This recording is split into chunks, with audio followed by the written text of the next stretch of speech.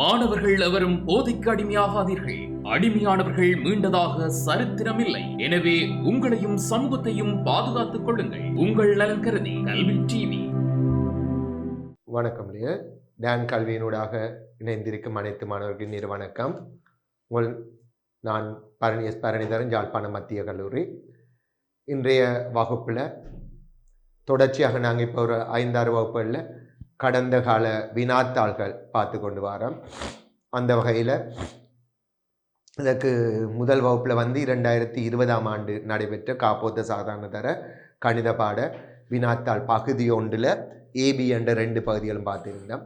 இன்றைய வகுப்பில் 2021ஆம் ஆண்டு நடைபெற்ற கணித பாட பேப்பர் பார்க்க இருக்கிறோம். இதில் இன்றைக்கு நாங்கள் பார்க்க இருக்கிறோம் பகுதி 1 ஏ பகுதி. அப்போ பகுதி 1 ஏ பகுதி என்ற எங்களுக்கு தெரியும் 25 வினாக்களை கொண்ட ஒரு வினாத்தான். ஒரு வினாவுக்கு 2 புள்ளிகள் என்ன. அப்போ ஏயும் பியும் சேர்த்து எங்களுக்கு 2 மணித்தியால வினாத்தாளாக அமைந்திருக்கும். அது உங்கள் எல்லாருக்கும் தெரியும். அப்போ இன்றைக்கு நாங்கள் பார்க்க இருக்கிறது 2021ஆம் ஆண்டு நடைபெற்ற வினாத்தாள். இது 2022 தான் இந்த எக்ஸாம் நடந்தது. 21 டிசம்பருக்குரிய எக்ஸாம் 22 நடைபெற்றது. அப்போ இந்த பேப்பரில் நீங்கள் பகுதி 1 ஏ பகுதி எடுத்தோம்னா பிள்ளைகள் எங்களுக்கு கூடுதலாக நீங்கள் முதலாவது வினாவை பார்த்தாலே தெரியும். கூடுதலாக எங்களுக்கு சதவீதத்தோட தொடர்பட்ட வினா தான் வாரது. அந்த வகையிலும் எங்களுக்கு இங்கே முதலாவது வினாவாக வந்திருக்கிறது ஒரு சுங்கத்தீர்வை, தீர்வையோட தொடர்பட்டது.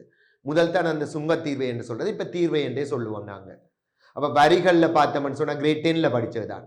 வரிகளில் இறை வரி, வருமான வரி, பெறுமதி சேர் வரி, அதாவது வேட் வரின்னு சொல்லுவோம். அடுத்து தீர்வை என்று படிச்சிருக்கோம். அந்த வகையில் தீர்வை தொடர்பான ஒரு வினா தான் எங்களுக்கு முதலாவது வினாவாக இங்கே அமைந்திருக்கிறது. அந்த வினாவை ஒரு வாசிக்கிறோம், கவனிங்க. இது 2021ஆம் ஆண்டு நடைபெற்ற வினாத்தாளா? சரி,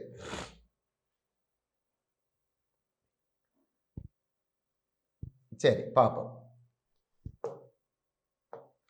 ஒரு பொருளை இறக்குமதி செய்கையில் அதன் இறக்குமதி பெருமானத்தில் 22% சுங்கத்தீர்வையாக அறவிடப்படுகிறது. இறக்குமதி பெருமானம் 8000 ஆக உள்ள ஒரு பொருளின் சுங்கத்தீர்வையை செலுத்திய பின்னர் பெருமானம். சரி, வெளிநாட்டிலிருந்து இறக்குமதி செய்கிற பொருட்களுக்கு அல்லது எங்கட நாட்டிலிருந்து ஏற்றுமதி செய்கிற பொருட்களுக்கு அறவிடப்படுற வரியைத்தான் நாங்கள் தீர்வை என்று சொல்லுவோம். இப்ப 8000 என்று சொல்றது, இந்த 8000 ரூபான்னு சொல்றது தீர்வைக்கு முன்னர் பொருள்ற பெறுமதி. அப்ப வெளிநாட்டில இருந்து நாங்க 8000 ரூபாய் பெறுமதியான ஒரு பொருளை இறக்குமதி செய்யும் போது அதுக்கு தீர்வையாக எங்களுக்கு 22% வரி அறவிடப்படுகிறது. கேள்வியை வடிவா விளங்கிக் கொள்ளவும். நீங்க கேட்கப்பட்ட கேள்வி எங்களுக்கு தீர்வையை காண்கண்டு கேட்கல, தீர்வையை செலுத்திய பின்னர் பொருளின் பெறுமதி. அப்ப இந்த வினாவை நாங்க 2 விதமா செய்யலாம் பிள்ளைகள். தீர்வையை கண்டும் செய்யலாம் அல்லது நேரடியாகவும் செய்யலாம். இப்ப 22% என்றா சொல்லுங்க பாப்போம். நீங்க 100 ரூபாய் பெறுமதியான ஒரு பொருளை இறக்குமதி செய்யப்படும் போது அதுக்கு தீர்வையாக நாங்க 22 ரூபாய் வழங்க வேணும். அப்ப 100 ரூபாய் பொருளை நாங்க இறக்குமதி செய்தா பிள்ளைகள் தீர்வையின் பின்னர் அந்த பொருளுக்கு எவ்வளவு செலுத்த வேணும்? நீங்க 100 ரூபாய் பொருள் இருந்தா, அப்ப 100 ரூபாய் பொருளை நாங்க இறக்குமதி செய்திருந்தால் தீர்வையின் பின்னர் அதுல பெறுமதி கேட்டா 122 ரூபாயா இருக்கும். சொன்ன விளங்குதா? தீர்வை 22% தானே, அது 100க்கு தானே. அப்ப இங்க தீர்வை கேட்டிருந்தா 100ன் மேல் 22 தர 8000 என்று போட்டா தீர்வையை கண்டிருக்கலாம்.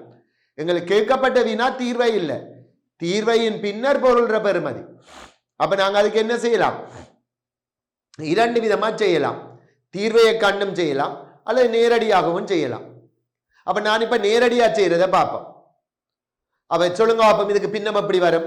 22% என்றா 100 ரூபாய் பொருளை நாங்க 122 ரூபாய் தீர்வை செலுத்திய பின்னர் அது பெறுமதியா இருக்கு. ஆகவே 8000. இது நேரடியா தீர்வையின் பின்னர் பொருள்ற பெறுமதி. இந்த 2 சைவரையும் சுருக்கிலம் 16 8 பெருக்கும் 2 16 1 மிச்சம் 16 1 17 1 மிச்சம் ஒரு சைவர் 9760 ரூபாய். இது தீர்வையின் பின்னர் பொருள்ற பெறும். இன்னொரு விதம் எப்படி செய்திருக்கலாம் இல்லை, இதுல தீர்வையை காணும் ஃபர்ஸ்ட்டுக்கு 100 ரூபாய்க்கு 22 ரூபாய் தீர்வை. ஆகவே 8000க்கு எவ்வளவு 1760 ரூபாய் தீர்வை. பொருள்ற பெருமதி 8000. அவ தீர்வையின் பின்னர் பொருள்ற பெருமதி கேட்டா 8000 1760 கூட்டினா 9760 ரூபாய். சரியா? இப்படியும் செய்யலாம். அவ ரெண்டு விதமா செய்யலாம். நாங்க இந்த வினாவை நீங்க தீர்வை மட்டும் கண்டிருந்தா ஒரு மார்க்ஸ் தான் கிடைக்கும். அப்ப இதுக்கு செய்முறைன்றது இதான் செய்முறை. இதுக்கு ஒரு மார்க்ஸ், விடைக்கு ஒரு மார்க்ஸ். அப்ப இதுக்கு பெரிய செய்முறை எல்லாம் பெருக்கியெல்லாம் காட்ட தேவை. இந்த செய்முறையை எழுதிவிட்டா இதுதான் அந்த செய்முறை என்றது எழுதிட்டு நேரடியா விடைய எழுதலாம். அடுத்த கேள்வி, கூடுதல் எங்களுக்கு 10 வினாக்கள் ஒரு வினாவாக கூடுதலான அடிக்கடி சொல்றது இந்த முக்கோணிகள் அகக்கோணம் புறக்கோணம் தொடர்பான வினாக்கள் கூடுதலா வாரது. இங்க கடந்த கால வினாத்தாள் பாஸ் பேப்பர்ஸ் ஃபுல்லா எடுத்து பார்த்தீங்கன்னா தெரியும் உங்களுக்கு. அதுல கூடுதலா எங்களுக்கு இரு சம பக்க முக்கோணி வாரது. என்ன இரு சம பக்க முக்கோணி என்று எங்களுக்கு தெரியும். 2 பக்கங்கள் சமனாக உள்ள முக்கோணியை நாங்க இரு சம பக்க முக்கோணி என்று சொல்லுவோம். அதுல முக்கியமான ஒரு தேற்றம் ஒன்று இருக்கு. முதலாவது தேற்றம் என்ன? சமனான பக்கங்களுக்கு எதிரே உள்ள கோணங்கள் சமனா இருக்கும். அது கட்டாயம் எல்லாருக்கும் தெரிஞ்சிருக்க வேண்டிய அடிப்படையான ஒரு கேத்திர கணித தேற்றம் உண்டு. சரியா? அப்ப இதுல எக்ஸ காணோம்னா இது ஒரு இரு சம பக்க முக்கோணி. எல்லாம் சமனான பக்கத்துக்கு எதிரே உள்ள இந்த 2 கோணமும் சமன். அப்ப இவர் 2x என்றா இதுவும் 2x படத்திலே காட்டுவோம். இப்ப எக்ஸ காண்றா ஏபிசி ஒரு முக்கோணி. ஒரு முக்கோணிட 3 அகக்கோணங்களையும் கூட்டினா பிள்ளையர் 180. அப்ப 2x 2x 4x 4x 1x 5x. அப்ப 5x 180க்கு சமனா இருக்கும். இதுல இந்த இப்படி எக்ஸ காணலாம். 180 5ஆல பிரிச்சு விடுவோம். பிரிச்சா 36 பாகை என்று வரும். அப்ப எக்ஸோட பருமன் எவ்வளவு? 36 பாகை. சரியா? அடுத்த வினாவுக்கு வருவோம். 3வது வினா எல்லாமே கிரேட் 10ல படிச்சதுதான் இப்ப பார்த்து கொண்டு இருக்கிறோம். 3வது வினா பாருங்க. காரணிகளை காண்க. காரணிப்படுத்தல். அப்ப நீங்க காரணிப்படுத்தல் பிள்ளைகள் கிரேட் 9ல இருந்தே இருக்குது. காரணிப்படுத்தல் 3 விதமான காரணிப்படுத்தல் படிச்சிருக்கிறோம். முதலாவது பொது காரணியை வேறாக்குற வகை. இரண்டாவது வர்க்க வித்தியாச காரணி. மூன்றாவது இருபடி மூறுப்பு கோவைகள் காரணின்னு சொல்லி 3 வகையான காரணிப்படுத்தல் நீங்க படிச்சிருக்கிறீங்க. கிரேட் 9ல 10ல எல்லாம் படிச்சது. அப்ப நீங்க இந்த பாஸ் பேப்பர் எடுத்து பார்த்தா தெரியும் பிள்ளை, எங்களுக்கு பகுதி 1 ஏல ஒரு 25 வினாக்கள்ல 15 வினாக்கள் கிட்டத்தட்ட 15க்கும் 20க்கும் இடைப்பட்ட வினாக்கள் கிரேட் 10 சிலபஸ் உள்ளடக்கிய பகுதிகளாக காணப்படும். 100க்கு 80% கிரேட் 10 பகுதி தான். பகுதி 1 ஏல வாரது. அதே மாதிரி பிலையும் தான். சரி, அப்ப அதுல 10 அவதான் வடிவா பார்த்து கொள்ள வேணும். சரி, அடுத்த விஷயம் இதுல காரணி பார்க்க. காரணிப்படுத்த சொன்னா இதுல பொதுவா எடுக்கலாமண்டா இல்ல. இதை பாருங்க, வர்க்கம் இருக்குது மைனஸும் இருக்குது. அப்ப இது வர்க்க வித்தியாச காரணிக்குள்ள வருவேன். அப்ப எக்ஸ் வர்க்கம் என்றது எக்ஸுக்கு மட்டும்தான் வர்க்கம் இருக்குது. அப்ப நான் இந்த 9 3இன் வர்க்கம் என்றதெல்லாம் ஆகவே 3x முழுவதின் வர்க்கம் என்று போடலாம். சாய 4 எதுண்ட வர்க்கம் எழுதலாம்? 2 வர்க்கம். இப்ப பாருங்க, வர்க்க வித்தியாச காரணி என்ற வகை. அப்ப இதுல காரணி என்ன வரும்? 3x சய 2 ஒரு காரணி, 3x சக 2 ஒரு காரணி. இந்த லைன் எழுதாட்டியும் நேரடியாக இது எழுதியிருந்தாலே அந்த 2 மார்க்ஸும் கிடைக்கும் எங்களுக்கு. சரியா? இதை மட்டும் நீங்கள் எழுதியிருந்தா ஒரு மார்க்ஸ் கிடைக்கும். அடுத்தது 7 சென்டிமீட்டர் ஆரை உள்ள ஒரு வட்டத்தின் ஒரு ஆரைச்சிறையின் வில்லின் நீளம் 11 சென்டிமீட்டர். அவ்வாரைச்சிறை வட்டத்தின் என்ன பின்னமாகும்? சரி, அப்ப 7 சென்டிமீட்டர் ஆரையுள்ள ஒரு வட்டத்தின் ஆரைச்சிறையிட வில்ற நீளம் தந்திருக்குது. ஒரு ஆரைச்சிறையிட அந்த வில்ற நீளம் தெரிஞ்சா அது வட்டத்தில என்ன பின்னமாகும் என்று சொன்னா அந்த வட்டத்தில முழு பரிதியையும் காணுவோம். இதுல ஒரு ஆரைச்சிறையிட இந்த வில்ற நீளம் தான் எங்களுக்கு 11 தெரியும். அப்ப மொத்த நீளம் கண்டா தானே பின்னம் காணலாம். அப்ப வட்டத்தில மொத்த பரிதிக்கு என்ன சமன்பாடு? 2πr. அப்ப இதுல பிரதிட்டா 2 π 22 ஆரை 7 சென்டிமீட்டர். அப்ப 44 என்று சொல்றது அந்த அந்த வட்டத்தின் முழு நீளமும், அதாவது பரிதியின் நீளம்.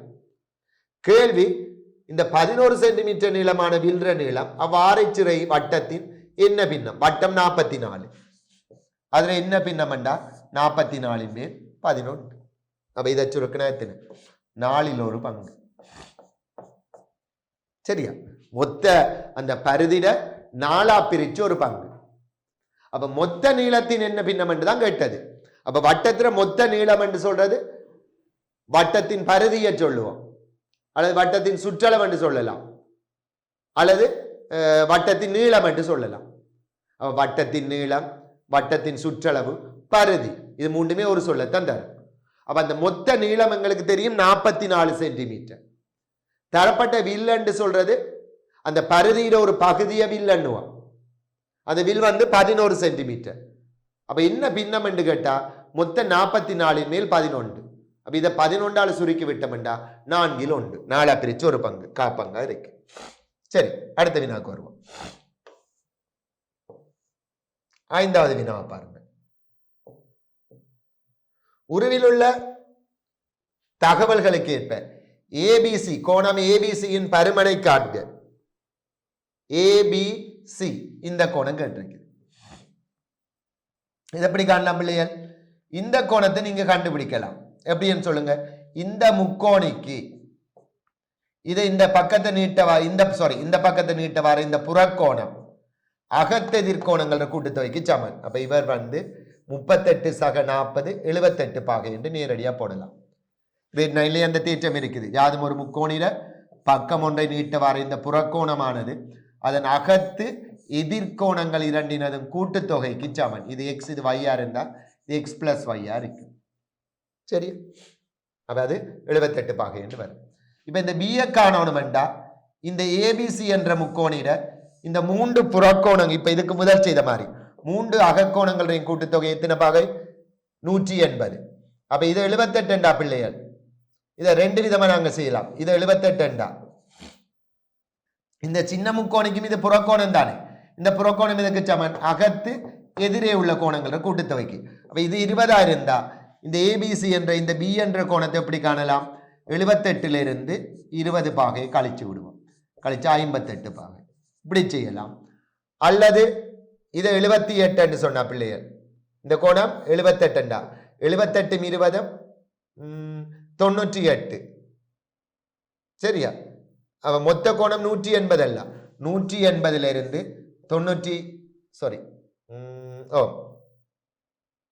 78 அல்ல, இது சுவார்மா சாரி, இதெல்லாம் 78.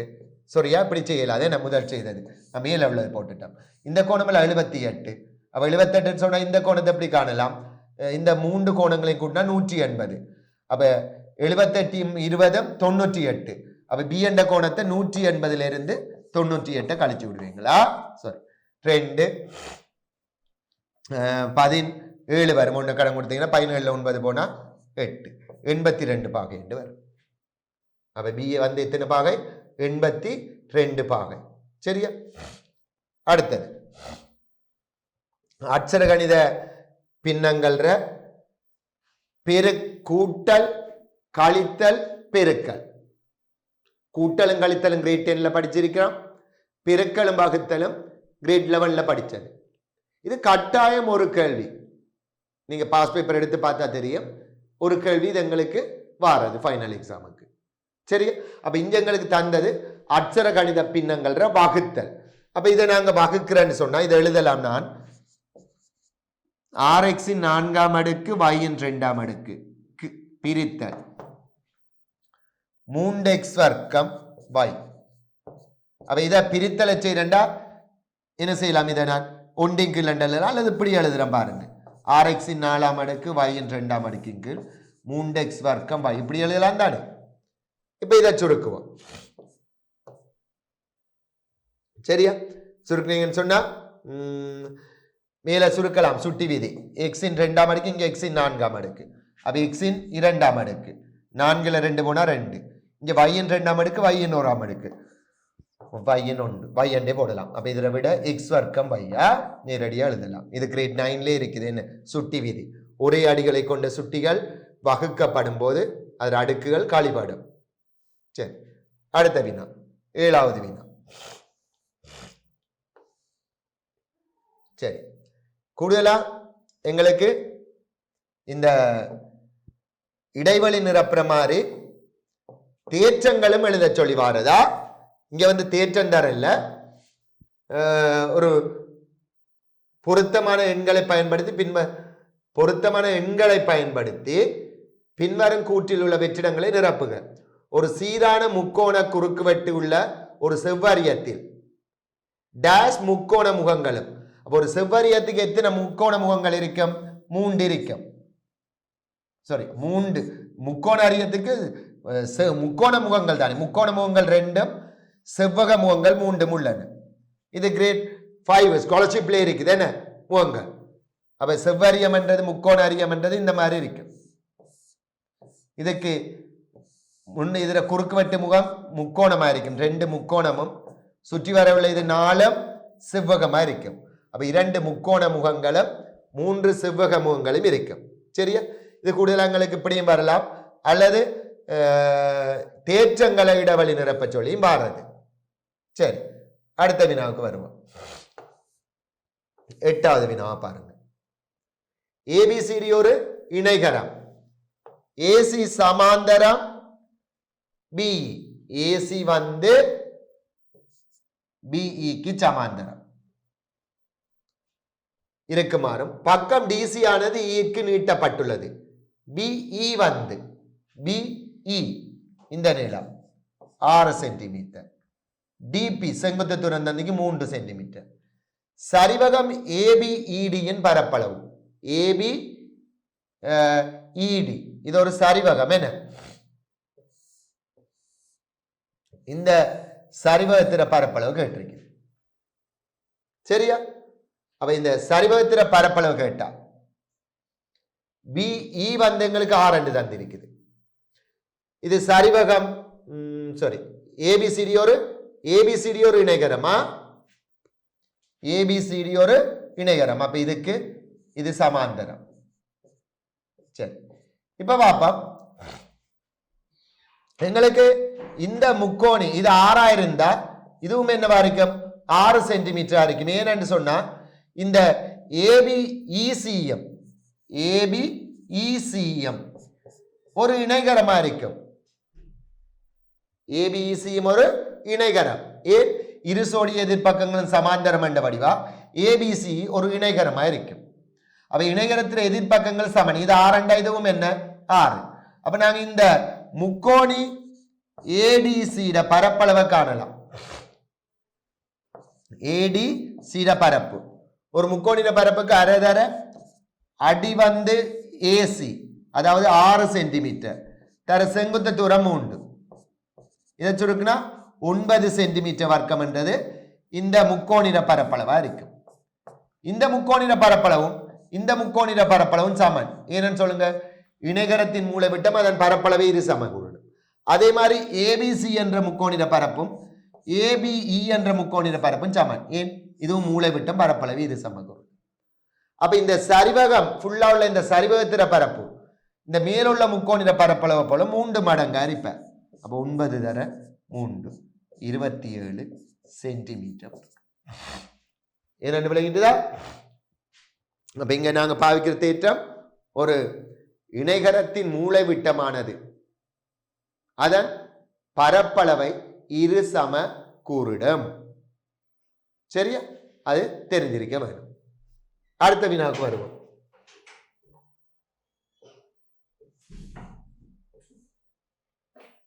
இது வளமையா எங்களுக்கு ஒவ்வொரு வருடம் வர ஒரு கேள்வி. பொது மடங்குகளுள் சிறியதை காண்க. அதாவது என்னது? போமசி. அப்ப அட்சர கணித கோவைகள் போமசி காண்றது எங்களுக்கு கிரேட் 10 இருக்குது. இது ஒவ்வொரு வருடமும் ஒரு வினாவாக இது எங்களுக்கு வருது. அப்ப அட்சர இதுக்கு நேரடியாவே நீங்க விட போடலாமா? பெரிய சுருக்கம் ஒண்ணுமே காட்ட தேவையில்ல, அந்த 2 மார்க்ஸும் உங்களுக்கு கிடைக்கும். அப்ப இப்படி அட்சர கணித கோவைகள் போமசி காண்ற ஃபர்ஸ்ட்டுக்கு நான் சொல்லியிருக்கிறேன், முதல் எண்களுக்கு போமசி காண்றது. அப்ப இல்ல இந்த உள்ள எண்கள் 4 6 3. அப்ப 4 6 3க்கு போமசி மனதாலே சொல்லலாம் 12 இருக்கு. அதாவது இந்த 3 இலக்கங்களாலும் 3ஆலும் 4ஆலும் 6ஆலும் வகுபடக்கூடிய மிகச்சிறிய எண் தான் போமசி. இந்த 3 இலக்கத்துக்கு போமசி காண்றா என்ன? அந்த 3 எண்களாலும் மிகுதியின்றி வகுபடக்கூடிய மிகச்சிறிய எண் தான் போமசி. அப்ப 4ஆலையும் 6ஆலையும் 2ஆலையும் வகுபடக்கூடிய மிகச்சிறிய எண் எது பிள்ளைகள்? 12 இருக்கும். 12 4ஆல பிரிக்கலாம், 6ஆல பிரிக்கலாம், 2ஆல பிரிக்கலாம். அப்ப 12 விட மிகச்சிறிய எண் ஏதாவது இருக்கா? 3 இலக்கத்தாலையும் வகுபடக்கூடியதுண்டா? இல்லை. அப்ப நேரடியா போமசி 12. அல்ல நீங்க அதை பிரிச்சும் பார்க்க. அடுத்த தெரியா கணியத்துக்கு வருவோம். ஒரே இனங்கள் எக்ஸ் வர்க்கம் எக்ஸ். அப்ப எக்ஸ் வர்க்கத்துக்கும் எக்ஸுக்கும் போமசி என்ன பிள்ளைகள்? அடுக்கு கூடியதான் போமசி எக்ஸ் வர்க்கம். அடுத்தது y y வர்க்கம். அப்ப வைக்கும் y வர்க்கத்துக்கும் போமசி அடுக்கு கூடியதான் போமசி y வர்க்கம். அப்ப போமசி என்ன? 12 எக்ஸ் வர்க்கம் y வர்க்கம் தான் போமசியா இருக்கும். நேரடியா எழுதலாமா? அப்ப இதை விரிச்சு எழுதித்தான் போமசி காணணும்டா? இல்லை, நேரடியா எழுதினாலும் அந்த 2 புள்ளியும் எங்களுக்கு கிடைக்கும் பிள்ளை. சரி, அடுத்த வினாக்கு வருவோம். 10வது வினா.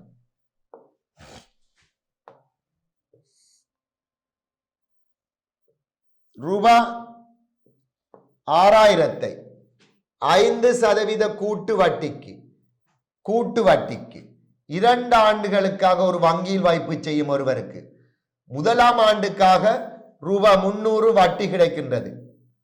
2ஆம் ஆண்டுக்காக அவருக்கு கிடைக்கும் வட்டியா? சரி, முதலாம் ஆண்டு வட்டி தந்துட்டாங்க. கேட்டது 2 ஆண்டுக்குமான மொத்த வட்டி கேட்கல, 2ஆம் ஆண்டுக்கான வட்டி. வட்டியில நீங்க 3 விதமான வட்டி படிச்சிருக்க. ஒன்று எளிய வட்டி, அடுத்தது கூட்டு வட்டி, அடுத்தது என்ன? குறைந்து செல்ல மீதிக்கு வட்டி கணித்த. இந்த குறைந்து செல்ல மீதிக்கு வட்டி கணிக்கிறது எங்களுக்கு செகண்ட் பார்ட்ல ஒரு வினா வாரது வரலாம். 2 வருஷம் வந்திருக்குது குறைந்து செல் மீதிக்கு. இப்ப இதுல தந்தது கூட்டு வட்டி. அப்ப கூட்டு வட்டி என்ன சொல்றது என்ன பிள்ளைகள்? முதலாம் வருடத்துக்கு மட்டும்தான் நாங்க வாங்கின கடன் பணத்துக்கு வட்டி பார்ப்பாங்க. 2ஆம் வருடத்துக்கு வட்டி காணக்குள்ள அந்த கடன் பணத்தோட முதலாம் ஆண்டுக்கான வட்டியும் என்ன செய்யப்படும்? சேர்க்கப்படும். அப்ப இங்க நாங்க முதலாம் ஆண்டு வட்டி காண வேணுமான்னு சொன்னா தேவையில்லை. ஏனென்றா முதலாம் ஆண்டுக்குரிய வட்டி தரப்பட்டுட்டது 300 ரூபாண்டு. கேட்டது 2ஆம் ஆண்டுக்கான வட்டி. அப்ப 2ஆம் ஆண்டுக்கான வட்டி எப்படி காணுவோம் பிள்ளைகள்? சதவீதம் எத்தனை? 100க்கு 5. அதாவது 100 ரூபாய் கடன் வேணும்னா 5 ரூபாய் வட்டியாக கொடுக்க வேண்டும். ஆகவே எதுக்கு 2ஆம் ஆண்டுக்கு வட்டி பார்ப்பீங்க? இந்த கடன் பணம் 6000க்கு வட்டி பார்க்கிறதா? இல்லை, இந்த 6000க்கு முதல் வருஷத்துக்கு மட்டும்தான் பார்க்கிறது. 2ஆம் வருடத்துக்கு என்ன செய்வீங்க? இந்த 6000தோட முதலாம் ஆண்டு வட்டியும் சேர்க்கப்பட்டு 6300 என்றதுதான் 2ஆம் ஆண்டுக்கான கடன் பணமா இருக்கும். அதுக்கு தான் நாங்க 2ஆம் வருடத்துல வட்டி காண்றது. இப்ப இதை சுருக்கும். 3 15 1 மிச்சம் 6 30 31. அப்ப 2ஆம் ஆண்டுக்குரிய வட்டி எவ்வளவு வரும்? 315 ரூபாய் வரும். முதலாம் ஆண்டுக்கான வட்டி 300 ரூபாய். அதுதான் திட்டம். சரி,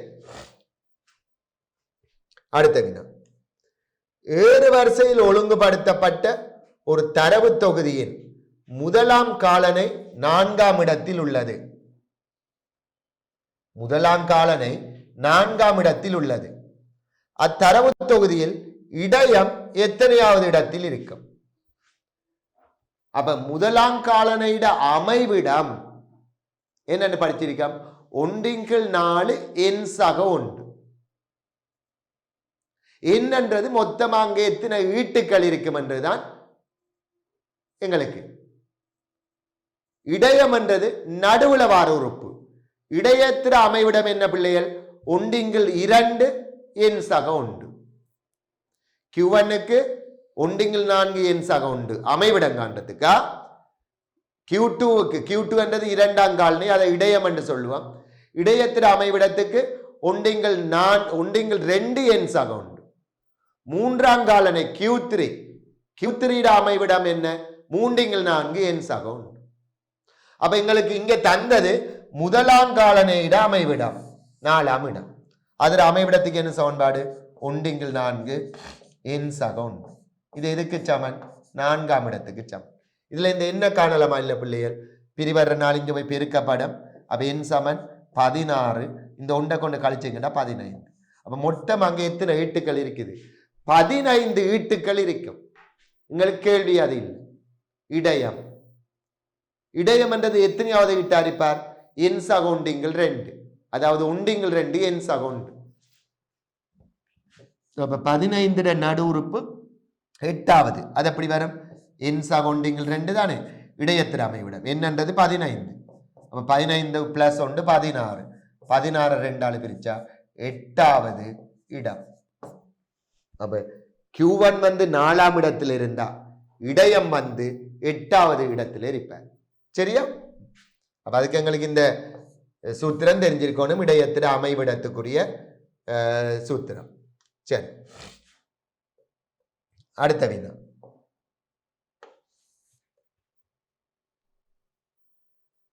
ஏழு சென்டிமீட்டர் ஆரையும் 5 சென்டிமீட்டர் உயரமும் உள்ள ஒரு திண்ம செவ்வட்ட உருளையின் வளைபரப்பை முற்றாக மூடுவதற்கு வளைபரப்பை பயன்படுத்தத்தக்க ஒரு தாளின் குறைந்தபட்ச பரப்பளவு. ஒரு உருளைக்கு எத்தனை மேற்றளங்கள் பிள்ளைகள்? ஒரு திண்ம உருளையா இருந்தா 3 மேற்றளங்கள் இருக்கும். 2 தட்டியான மேற்றளமும் ஒரு வளைந்த மேற்றளமும். எங்களுக்கு இங்க சொன்னது வளைபரப்பை மூடுவதற்கு. அப்ப வளைபரப்புக்கு உருளையிட வளை மேற்றள பரப்புக்குரிய சூத்திரம் 2πr/h. இதை கண்டா சரிதானே? இல்ல பிரதிடுவோமே. 2 π வந்து 22 7, ஆரை வந்து 7, உயரம் வந்து 5. அலகு மாற்றம் தேவைப்படாது. இந்த 2மே சென்டிமீட்டர்ல இருக்கு.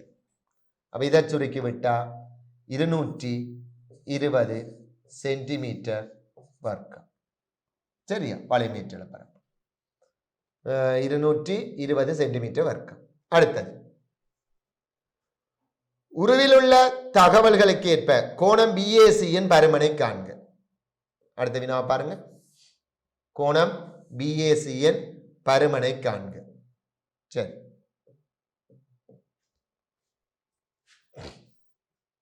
இது 50 பாகை. கேட்டது BAC. இந்த கோணம் கேட்டிருக்கிறது. இதை எப்படி காணலாம்? 2 விதமா கண்டுபிடிக்கலாம். இதை நான் நேரடியாக காணலாம். படத்திலே குறிக்கிறேன். இது 50 பாகை என்ற பிள்ளைகள், இதுவும் 50 பாகை. ஏன்னு சொல்லுங்க பாப்போம். ஒரே துண்ட கோணம் AB என்ற நாணால பரிதியில வாரது 50 பாகையா இருந்தா, அதே நாணால பரிதியில வார C என்ற கோணமும் 50 பாகை. இது தேற்றம் கிரேட் 10ல இருக்குது. ஒரே துண்ட கோணங்கள். இப்ப இதுல பாருங்க, ABC என்றவர் ஒரு முக்கோணி. இந்த முக்கோணிக்கு பக்கத்தை நீட்ட வர இந்த புறக்கோணம் 110 பாகை. எதுக்கு சமன்? இதுக்கு முதலும் சொன்ன நான், புறக்கோணம் வந்து அகத்து எதிர்கோணங்களோட கூட்டுத்தொகை. அப்ப இந்த கோணத்தையும் இவரையும் கூட்டுனா 110 வரும். அப்ப 110ல இந்த 50 கழிச்சா இது 60 பாகை என்று வருது. இது வந்து 60 பாகை என்று வருது. 2 தேற்றங்களை இங்க பாவிக்கிறோம். ஒரே துண்ட கோணங்கள் சமன். அடுத்தது முக்கோணின புறக்கோணமானது அதன் அகத்து எதிர்கோணங்களின் கூட்டுத்தொகைக்கு சமன். அடுத்த வினாவுக்கு வருவோம். தீர்க்க ஒரு எளிய சமன்பாடு. தீர்க்கன்னு வந்தாலே அது சமன்பாடா இருக்கும். இதை தீர்க்கிறேன்டா இடப்பக்கம் சுருக்குவோம். பகுதி எண்கள் சமன் இல்லை. இங்க 4x, இங்க ஒரு x. அப்ப இதை 4x மாத்திரண்டா 4ஆல பெருக்குவீங்க. பகுதியை 4ஆல பெருக்கினா தொகுதியையும் 4ஆல பெருக்க வேணும். சய 3 4x சமன் என்ன? 3 8. இடப்பக்கம் சுருக்கி விட்டீங்கன்னா 4ல 3 போனா 1 4x சமன் 8. 3 8. இனி x அப்படி காணலாம், குறுக்கு பெருக்கு. நாம் உண்டு 12x சமன் 1 8 8. அப்ப x சமன் 8 12. 4ஆல சுருக்கி விட்டா 2 3. அடுத்தது, நம்பர் ஆஃப் a வந்து 10, நம்பர் ஆஃப் b வந்து 5, நம்பர் ஆஃப் a இடைவெட்டி b வந்து 3. ஏனெனில் வெண்வரி படத்தில் நிலற்றப்பட்ட பிரதேசத்தில் இருக்கும் மூலகங்களின் எண்ணிக்கை யாது? நம்பர் ஆஃப் a வந்து 10 படத்திலே குறிக்கிறேன். மொத்தம் இதுல 10 மூலகங்கள் இருக்குமா? தனித்தனியா போடலாம். நான் மூலகங்கள் எண்ணிக்கையை தான் நாங்க காட்டுறேன். நம்பர் ஆஃப் b வந்து 5, மொத்தம் இது 5. ஏ இடைவட்டி பி 3. அப்ப இந்த நிலச்சிய ரெண்டையும் எப்படி காணலாம் பிள்ளைகள்? 10ல 3 போனா இது 7, 5ல 3 போனா 2. இது ரெண்டையும் கூட்டி விடுவீங்க. 10 2 12. அல்லது 10ஐயும் 5ஐயும் கூட்டி இந்த 3 கழிச்சு விட்டாலும் சரி. அப்ப என்ன விட 12. அப்ப படத்துல காட்டினா உங்களுக்கு ஈஸியா இது செய்யக்கூடியதா இருக்கு. அடுத்த வினாவுக்கு வருவோம். 16வது வினா.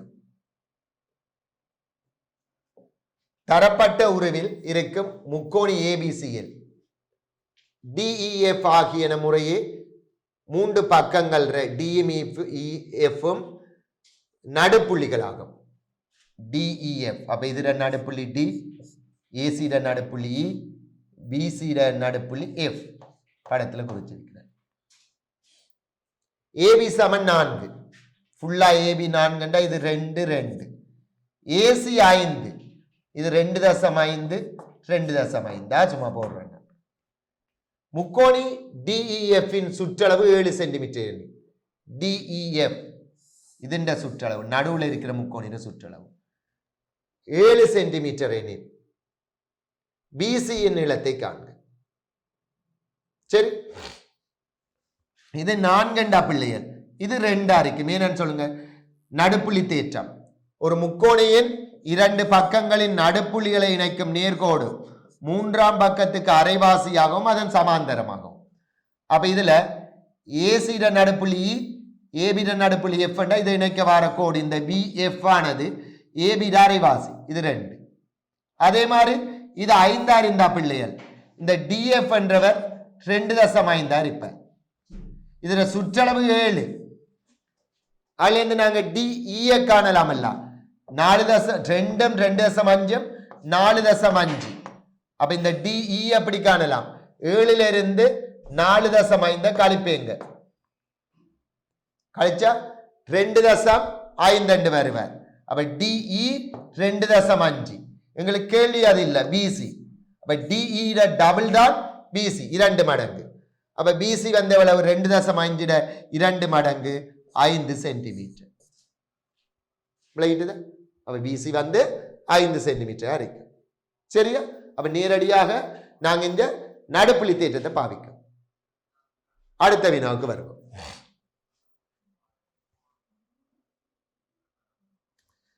கீழே தரப்பட்டுள்ள கூற்றுக்களில் சரியான கூற்றுக்கு ஒவ்வொன்றுக்கும் சரியும் பிழையான பிழையென்றும் போடட்டாம். வர்க்கமூலம் 14 பெருமானம் 3க்கு 4க்கும் இடைப்பட்டதா இருக்கும். 14க்கு முன்னுக்குரிய நிறைவர்க்க எண் எத்தனை? 9. அதுக்கு அடுத்த வார நிறைவர்க்க எண் 16.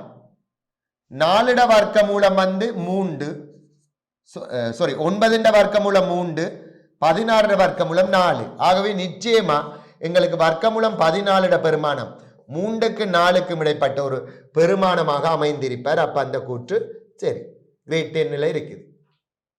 அடுத்தது 35 5.5 விட குறைவா இருக்குமா? 36 வர்க்கமூலம் பிள்ளைகள் 6.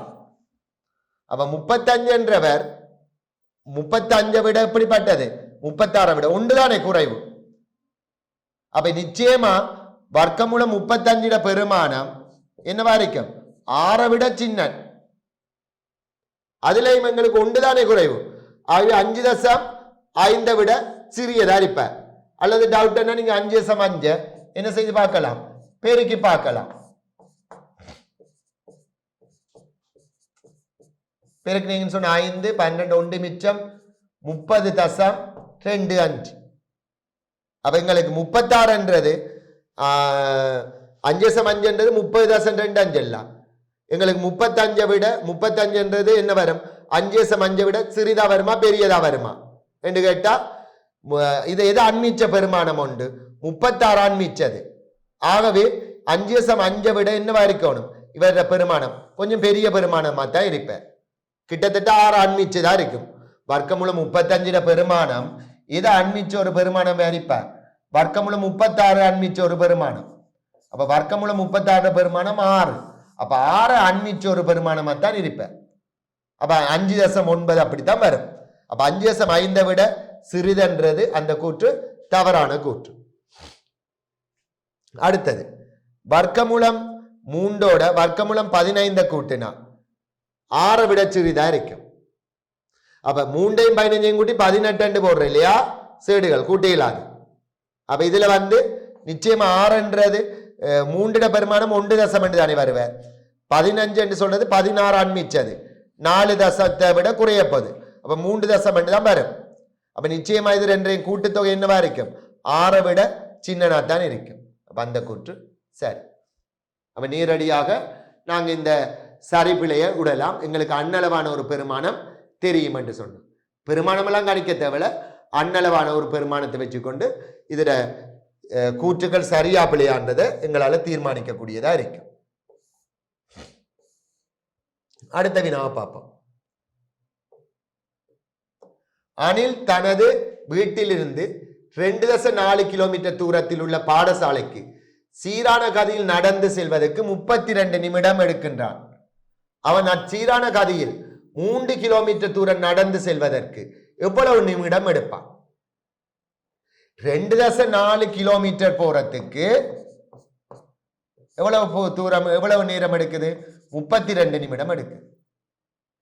அப்ப கேள்வி, 3 கிலோமீட்டர் தூரம் அதே சீரான கதியில் கதி மாறல செல்றதுக்கு எவ்வளவு நேரம் எடுக்கும்?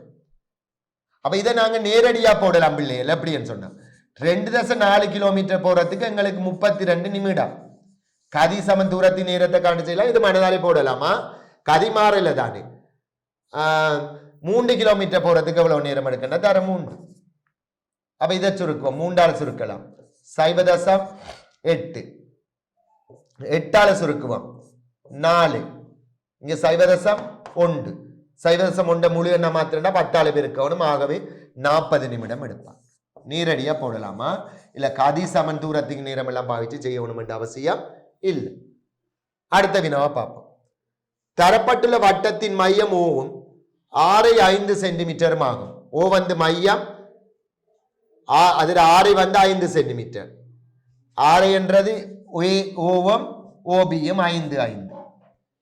DC 4, DC 4 centimetre. செங்குத்த மையத்திலிருந்து 4க்கு வரையப்படும் செங்குத்த அந்த 4 இரு சமகூரிடம். அப்ப இது 4 ஏற்றியும் 4 தான். கேட்டது பிசிட நீளம். இந்த நீளம் கேட்டிருக்கு. எப்படி காணலாம்? இது 92 பிள்ளைகள். இதை வச்சோளுங்களேன் நீங்க. இதுவும் 90. ஏன்? இது ஒரு அரைவட்ட கோணம். விட்டமல்ல, அரைவட்ட கோணம் செங்கோணம்.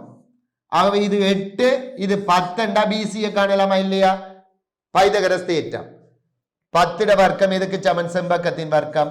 8 வர்க்கம் சக பிசி வர்க்கம்.